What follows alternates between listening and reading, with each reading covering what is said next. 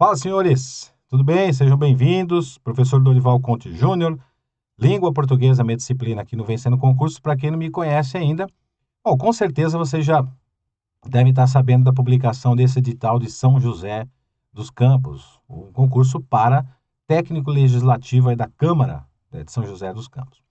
Eu vou trazer neste vídeo aqui para vocês, para quem está interessado em prestar esse concurso, vou fazer uma análise aqui do edital de língua portuguesa, abordar os principais aspectos. Na verdade, eu vou fazer uma análise do edital inteiro e abordar como é que você pode se preparar estudando cada assunto aqui do edital de língua portuguesa. Então, vamos lá. Vamos sem mais delongas aqui, começar aqui essa análise do edital de língua portuguesa, que primeiro a gente tem lá o cargo da prova objetiva, que é o técnico legislativo, e tem lá, são 15 questões, né? Você vê aqui, ó, 15 questões de língua portuguesa. Dessas 15 questões, o Banco Examinadora tem esse edital que ela publicou e nós vamos avaliar aqui, passo a passo, cada um desses assuntos, de acordo com o que está aqui no edital, né?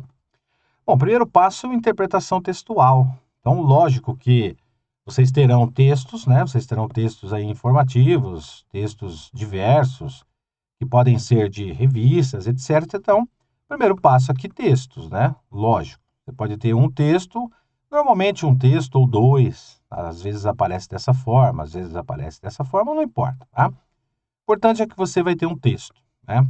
E você vai ter essa informação aqui, ó. Leia o texto para responder as questões de 1 a 5, de 1 a 10, né? E assim vai. Então vejam que no comando da questão ele pede para você ler o texto. O que você pode fazer aqui? Existe um aspecto aqui de preparação, né? Para fazer uma prova, uma questão de interpretação. Existem algumas formas. Eu vou trazer aqui alguns aspectos que os candidatos mostram para nós aqui e que demonstram ser mais eficientes esses aspectos. Primeiro, normalmente o candidato ele não lê o texto inicialmente. Ele lê o comando da questão, faz primeiro as questões de gramática, vai aparecer norma padrão ou norma culta, né? E aí vai aparecer o assunto. Concordância, regência, crase, enfim, o assunto que o edital programou. Então, normalmente o candidato ele faz isso, ele responde as questões de gramática que são mais rápidas para você responder. No caso do texto, com certeza você vai acertar uma questão de interpretação também. Mas pode demorar um pouquinho mais, porque você tem que interpretar, às vezes você fica entre uma e outra, isso é natural. Então, a sugestão que a gente dá aqui para o candidato, façam primeiro as questões de língua portuguesa, terminou as questões de língua portuguesa, vai para o texto, leia o comando da questão, de acordo com o texto, de acordo com o autor do texto, normalmente é isso que vai aparecer.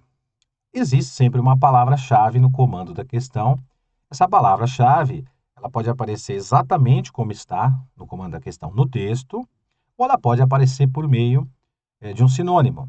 Normalmente ela aparece da mesma forma. E aí você procura essa expressão lá no texto. O texto dividido em parágrafos, não são textos longos, são textos curtos, normalmente retirado de publicações de revistas, às vezes pode ser um texto bem atual, algo relacionado ao assunto do texto, você vai verificar primeiro. Bom, a partir do momento que você tem isso em mãos, o que você pode fazer aqui, ó? Você pode avaliar primeiro qual é o assunto do texto, né? Qual que é o assunto.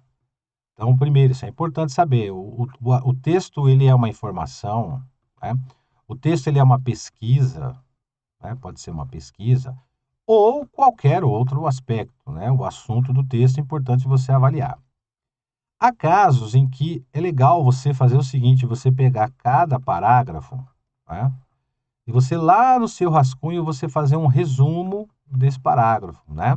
Claro que eu estou até exagerando um pouquinho aqui. Há casos que os candidatos fazem isso, né? Para não confundir, né? Tem muitos assuntos que são casos são muito parecidos, muito próximos, então é legal você fazer um resumo. Isso é um aspecto, não é que você tem que fazer isso, mas ajuda, né? Você fazer um resumozinho ali, e nesse resumo o que você pode fazer? Você pode acrescentar palavras, que a gente chama de palavras-chave. Normalmente essas palavras-chave, elas são substantivos. Você encontrou um substantivo normalmente no comando do texto, no comando da questão, vai ser um substantivo, né? Mas aí é bem subjetivo isso, gente. Isso é um aspecto que depende de cada um. A gente tem, por exemplo, candidatos que gostam de ler o texto inteiro. Claro que o ideal é você ler o texto 2 vezes, identificar a primeira vez qual é o assunto do texto, Na segunda leitura, fazer com mais calma, identificar os aspectos de ligação, os elementos de coligação do texto, conjunções, preposições. Óbvio que seria ideal, né? Mas caso você não tenha tempo de fazer isso, tem que usar o plano B, né? O plano B seria leitura do enunciado, identifica lá a palavra-chave e vai buscar isso no texto. Beleza? Tranquilo? Tá, a parte de texto não tem como a gente avaliar muito assim, porque o texto, evidentemente, a gente não sabe qual é o texto, né? Parte de sinônimos e antônimos, esse é o segundo ponto aqui do edital. Isso aqui é bastante leitura, gente. Então, você, durante os estudos, né, você, na leitura de provas anteriores, você pode pegar provas, né, provas anteriores. Nessas provas anteriores, você vai encontrar textos nessa prova. Leiam esses textos, não para responder as questões, porque esse texto não vai cair de novo, né? E aí, o que você pode encontrar nesse texto? Palavras desconhecidas, né? Palavras que você fala, eu não sei que palavra é essa daqui. E aí você, por meio disso aqui, você vai até um dicionário, né? Hoje é bem fácil, né? Você identificar isso, você tem aí no seu celular, e você vai verificar qual é o significado dessa palavra. Feito isso, você pode montar um glossário, né? Esse glossário, na verdade, assim, não vou nem chamar de glossário, mas vou chamar de um mini dicionário, são anotações, tá? Anotações que você pode fazer no seu caderno, no seu livro, enfim, qualquer outro lugar. Identificou a palavra, põe o sentido dessa palavra do lado e você vai adquirindo vocabulário, tá? Então, o importante da leitura aqui, e por que a gente tem que fazer isso? Porque quando se fala em sinônimos e antônimos, claro que você sabe que é um sinônimo, né? São palavras parecidas, às vezes até com muito diferentes na grafia, mas parecidas no significado ou com o mesmo sentido. E claro que palavras antônimas são palavras diferentes, são palavras que têm um sentido contrário. Isso aí todo mundo sabe. Mas não é isso que a banca pergunta para vocês. Então ela vai querer que você reconheça determinadas expressões, né? Essas expressões, elas fazem parte de um vocabulário.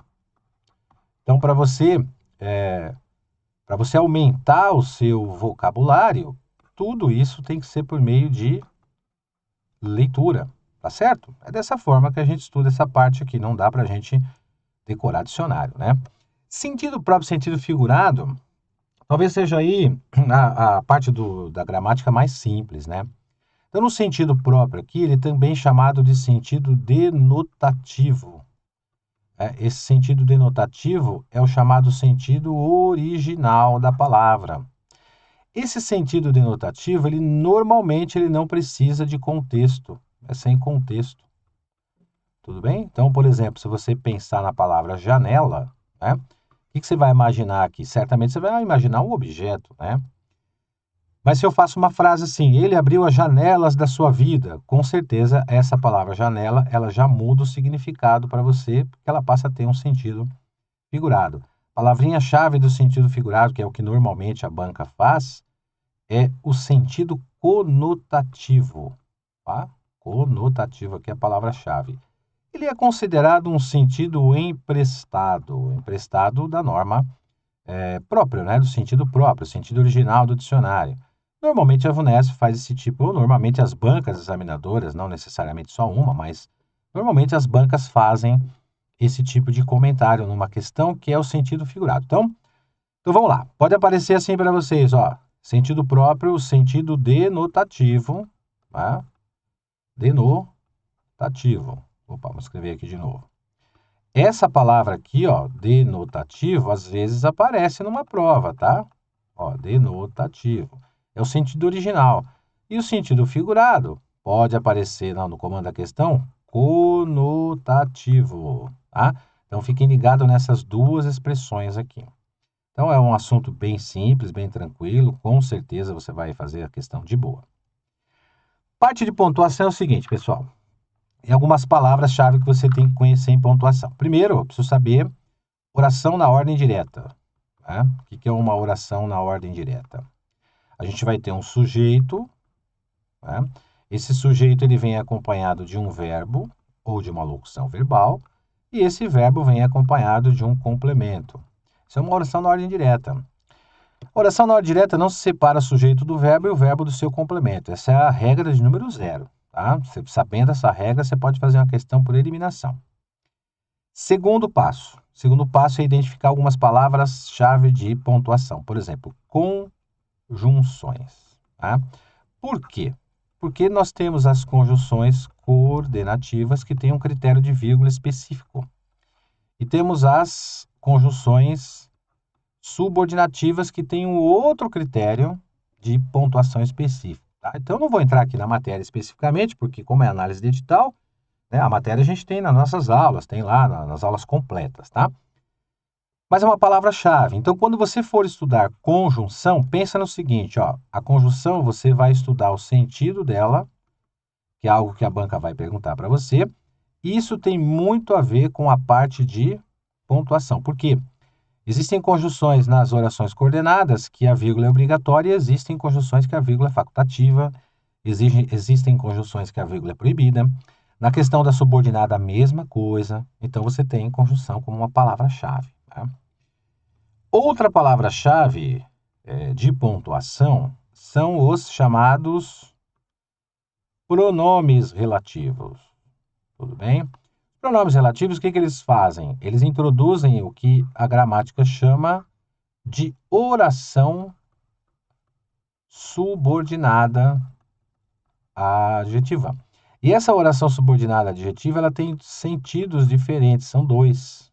As explicativas e as restritivas. E essa explicação, essa restrição, depende de pontuação.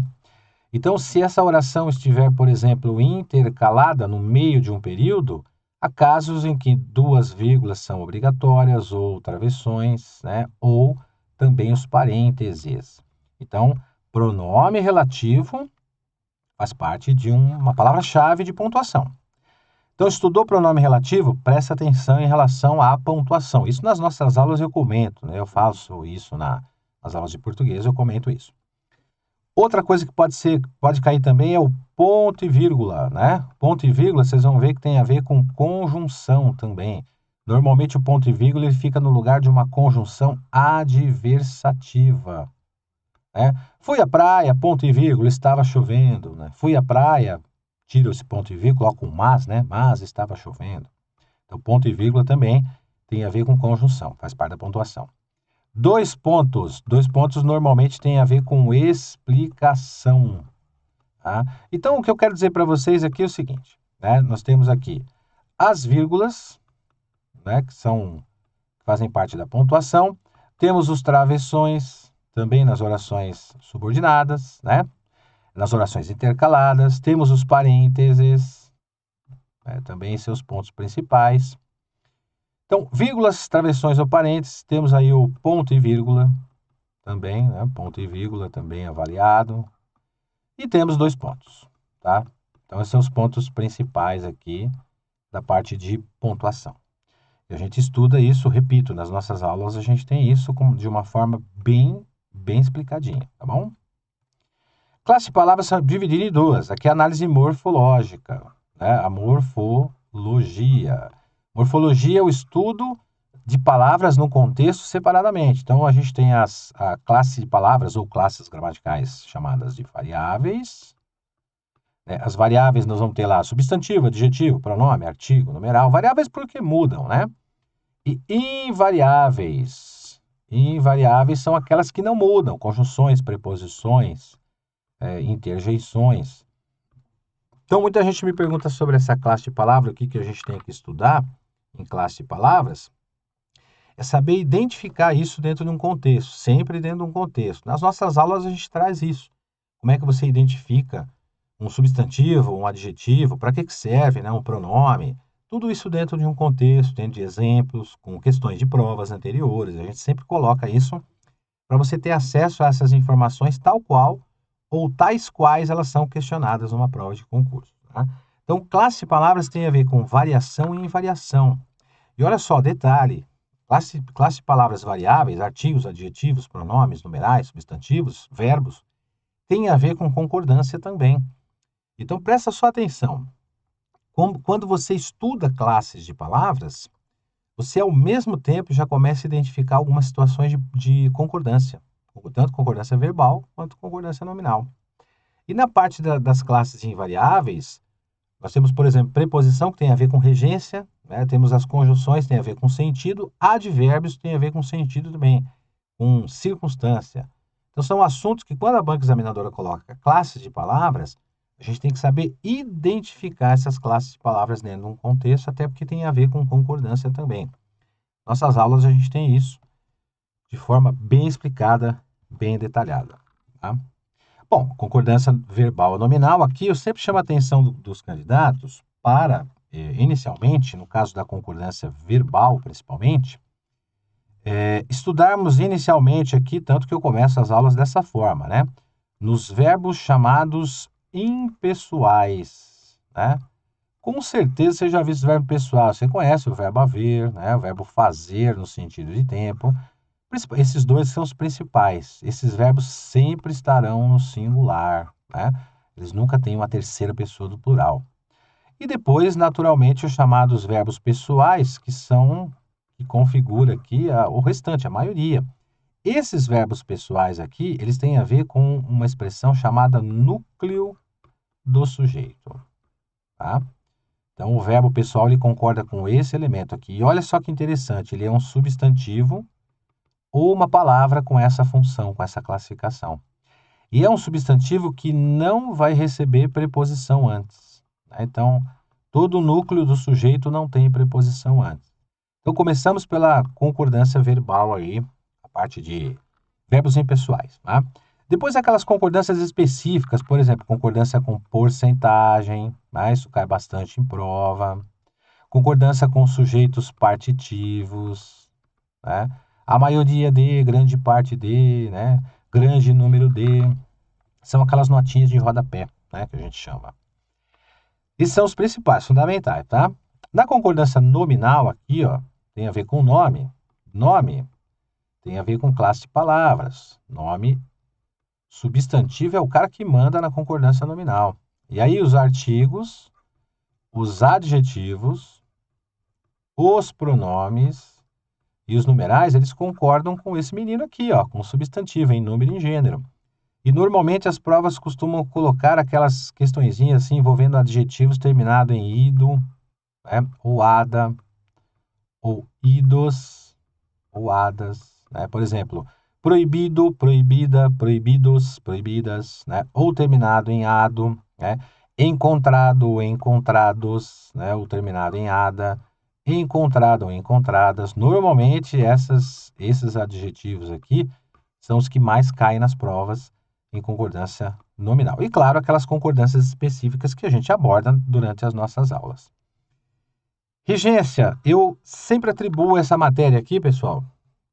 A matéria de regência é uma matéria muito, mas muito, extremamente, mas extremamente essencial para você compreender um texto, porque regência tem a ver com complemento, tem a ver com transitividade de verbos, por exemplo, tem a ver com complemento nominal, complemento de nomes, tem a ver com preposição, e normalmente as provas questionam tanto a regência verbal quanto a regência nominal, envolvendo preposições. Eles sabem que a gente tem um pouco mais de dificuldade. Então, nessa parte de regência, a sugestão que eu dou para o candidato é fazer o seguinte, ó. Vou pegar a tela aqui e mostrar para vocês o seguinte. Pega lá na regência verbal, por exemplo, pegar os verbos, inicialmente aqui, os chamados verbos, que tem mais de um sentido. Né? Por exemplo, o verbo agradar, né? O verbo assistir, né? O verbo aspirar, né? O verbo aspirar, o verbo visar. Esses verbos são os verbos muito comuns em provas, ele tem mais de um sentido. E uma parte do sentido deles é iniciado por preposição a. Isso te ajuda no acento de crase também, né? É um pré-requisito para o acento de crase. Depois, na regência verbal ainda, né? Comentando sobre regência verbal, é legal você pegar também aqueles verbos que a gramática chama de verbos bitransitivos, né? O que são verbos bitransitivos? São verbos que têm dois complementos, tá? E, normalmente, um dos complementos é iniciado por preposição a, então, novamente, te ajuda no acento de crase. Tá? E também aqueles verbos desconhecidos. Então, você pega um verbo desconhecido para você, né?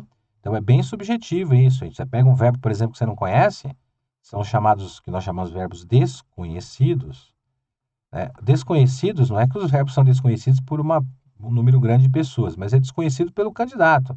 Então, esse verbo aqui eu não conheço, para mim ele é desconhecido. Então, o que você vai fazer? Você tem que decorar esse verbo. Você vai decorar esse verbo tem complemento, não tem, ele tem complemento com preposição, não tem. Eu vou citar um exemplo que caiu numa prova recente, que era o verbo apreciar, né? Por exemplo, tivemos alunos aí que não conheciam esse verbo, não sabia se esse verbo ele era dotado de complemento com preposição ou sem, né? E esse verbo é um verbo transitivo direto, ele tem um objeto direto, ele tem um complemento sem preposição, mas muita gente não conhecia. Então, isso é o que a gente chama de verbo desconhecido, né? Aquele que você não conhece. Concordância nominal, palavra-chave de novo numa concordância nominal são os substantivos, principalmente, né? Os adjetivos e os advérbios. E na concordância nominal, todos eles exigem preposição. Então, mais uma vez, você vai pegar os substantivos, adjetivos e advérbios que exigem complemento por preposição que você não conhece, claro, né? Então, por exemplo, você sabe que fazer referência, né? Por exemplo, aqui, ó, fazer referência. Você sabe que quem faz referência a. Essa preposição a saiu do referência, que é um substantivo, né? Fazer alusão, faz alusão a. Ter acesso, quem tem acesso a. Então, a regência nominal é aquela que você estuda, é decoreba também, tá, gente? A parte de regência nominal. E sempre com questões, tá, gente? Que é assim que a gente trabalha aqui, viu? Então, eu trabalho com questões, sempre trazendo a matéria, né? Não só a regência, mas as outras, com questões de provas anteriores, porque aí você vai pegando a manha do questionamento, como o examinador pergunta e tal, né? Colocação pronominal, pessoal, isso aqui tem a ver com posicionamento, né? É a posição dos chamados pronomes oblíquos átonos em relação ao verbo, né? Então, se eu tenho o pronome oblíquo átono antes do verbo, é uma próclise. Se eu tenho depois, é uma ênclise. Se eu tenho no meio, uma mesóclise. Isso tem a ver com as chamadas palavras atrativas, né? Aqui no curso, a gente estuda todas as regras de colocação pronominal, mas eu sugiro que vocês deem um pouquinho mais de ênfase nas chamadas proibições, né? Por exemplo, né, nós temos um caso de próclise, que é pronome oblíquo átono antes do verbo, a próclise proibida no início de um período, né? Não se usa próclise. A gente tem, por exemplo, no caso de ênclise, uma ênclise proibida quando o verbo estiver no futuro, por exemplo, ou quando o verbo estiver no particípio, né? Também proibida a ênclise aqui. Temos o caso de mesóclise proibida, por exemplo, né? No caso de mesóclise, quando se tem uma palavra atrativa, né? Então, essa parte de proibições é a parte que a gente dá ênfase, mas no curso a gente aprende todas elas, tá? Nós vamos conversar aqui sobre todas as regras. Mas as proibições são aquelas, até porque você vai fazer a questão por eliminação, né? E aí o assunto de crase, né, pessoal? Crase, a base do acento de crase, como eu disse para vocês aqui, é a regência, tá? Tanto a regência nominal quanto a verbal. E aí você procura verbos, né, ou nomes que tenham complemento iniciado por preposição a, né? Porque a crase é a soma da preposição a mais um artigo a ou preposição a mais um artigo as, né? Aqui é igual a crase, aqui é igual a crase também, tá? E a crase é uma preposição. Então a base está aqui, ó, está na regência. Então vamos lá, ó, verbos e nomes iniciados por preposição a. E daqui a mesma forma, você vai identificar aqueles que você não conhece, né? Que você não reconhece. Então, durante o curso, a gente vai ter tudo isso, inclusive com aulas aqui, materiais, como você estudar por meio de resumos, mapas mentais, questões por assunto, como eu comentei aqui com vocês, né? Então, aqui a gente tem algumas vantagens, né? Teoria e questões comentadas, né? Vantagens do curso online, né? Quais são essas vantagens, tá? Então, primeiro aqui, ó, uma delas, né? Uma delas aqui, ó, você tem acesso imediato, né? Adquiriu o curso, já pode acessar. E outra, acesso ilimitado, quantas vezes você quiser. Você tem teoria, a teoria de todas as disciplinas, todas, sem exceção, da sua prova. Questões, essas questões são comentadas, além disso, o material em PDF. tá? Tudo isso no nosso curso. Então não é só a parte de língua portuguesa, tá? Aqui a gente fez uma análise do edital de língua portuguesa. É claro que tudo isso no nosso curso você vai identificar de uma forma, não dessa forma tão abstrata que é só para você entender como é que funciona o edital, mas tudo isso de forma bem específica no nosso curso a gente vai ter. Tudo assim, por meio de questões comentadas, como eu disse a vocês, provas anteriores, de vídeos com questões avaliadas e comentadas e com um comentário do professor, não só de português, mas também das outras disciplinas. Então, tudo muito detalhado. A gente tem um padrão aqui de trabalho que é justamente trazer o candidato para a prova, né, para o assunto, para ele entender realmente como é que acontece, não só por meio da teoria, mas também como resolver isso na prova, né? Então, técnicas de resolução de questão não tem nada a ver com mágica, são técnicas, né? Utilização de como você resolve uma questão de uma forma mais rápida, por meio de palavras-chave, o que você tem que estudar, tudo isso, tá bom? Então, está interessado nesse concurso? Ó, sensacional, além do que São José dos Campos é uma excelente cidade, né? Já pensou você morando em São José dos Campos, trabalhando na Câmara, tendo um trabalho, um serviço público, né? Um cargo público aí, com garantia, né? Todos os meses seu salário ali garantido na sua conta, além de uma cidade excelente. Então, está interessado no curso? Basta você clicar nesse link que você vê na descrição, que você vai ter acesso a tudo isso aqui e eu te espero lá. E também com outras dicas que a gente vai colocando aqui no nosso canal, para você também ter esse acesso. Beleza? Posso contar com você então? Então, eu estou te esperando lá.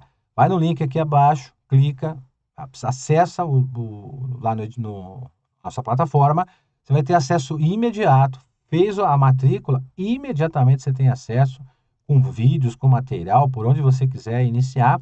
Além do que, se você tiver alguma dificuldade, você vai entrar em contato com a gente. Como é que eu estudo essa matéria? Como é que eu faço para estudar essa matéria? A gente vai explicar. Na verdade, a gente faz isso. Eu, particularmente, nas aulas de português, eu faço isso aí também. Eu demonstro a matéria, o assunto, né? O conteúdo, e sempre oriento o candidato de uma forma mais rápida para estudar, até para você compreender melhor, óbvio, né?